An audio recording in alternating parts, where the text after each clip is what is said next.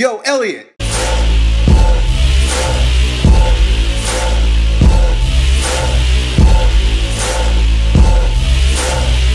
Hey, so our boy Ben Gray here is having some neck and shoulder problems. He's been training using 5x5, blah, blah, blah, blah, blah. The point is, my man is having a lot of pain, especially on the right side of his shoulder. It basically describes the hiking up of the right shoulder and a slight tilt in the head. So it's almost like he's here, right?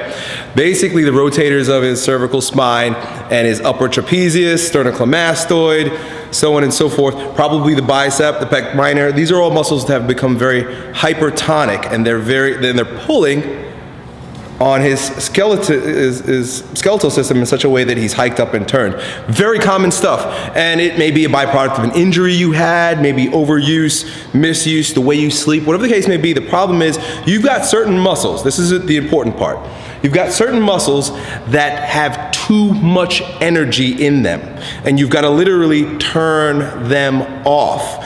The way you turn off a muscle, there's a two-part strategy to what I'm going to share with you.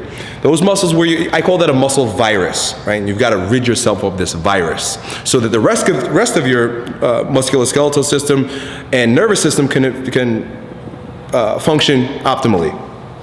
The way you shut off those hypertonic muscles is two-pronged approach. Stretch. I'll show you the stretches. I've got plenty of videos on how to stretch. My entire advanced neuromuscular strength course is about how to stretch hypertonic muscles, strengthen phasic muscles, get rid of these muscle viruses. But for today's purpose, obviously, stretch away, right? What you're going to want to do is sit on a bench and anchor this shoulder by holding on with this arm so the shoulder's anchored.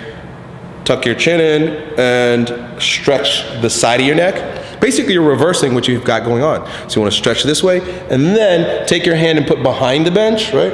Anchor your shoulder back, and then turn away like this, right? You may find that to be helpful. You're obviously going to notice a difference from left to right. Those muscles are tight and taut and tense.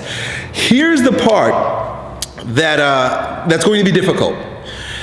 Every time you shut off that muscle, it'll stay off for a little while. But what you've got to do is make a conscious effort in your workouts and in your daily activities not to turn that muscle back on. Right? So that means you're going to have to avoid exercises like shrugs, anything that causes your traps to work. Like you don't want them to work at all. So eliminate shrugs, probably lateral raises because you might end up using your upper traps.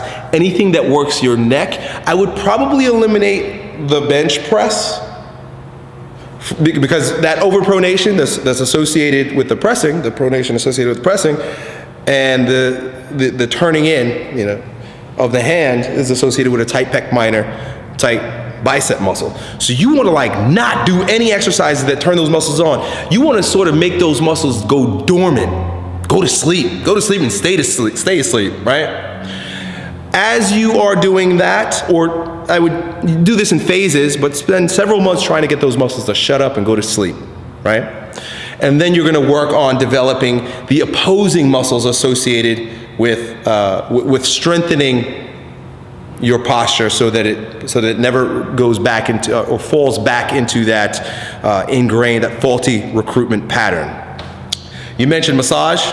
Great, awesome idea. Foam rolling, massage. If you can find a really good neuromuscular therapist, right? NMT, neuromuscular therapist, specifically trained by Paul St. John. You're going to find that they can get in there, and these guys are brilliant. They're going to get in there with their fingers, and they're going to really turn off what they call hot muscles, right? That's their term for it, and then help you then integrate movement patterns back into your daily life that keep those muscles shut off. So that's it, dude. I hope that's helpful to you. It's not the end of the world, but it's going to require a lot of time, focus, energy, and patience in order to rid yourself of that muscle virus. Talk to you next time. Yo, Elliot.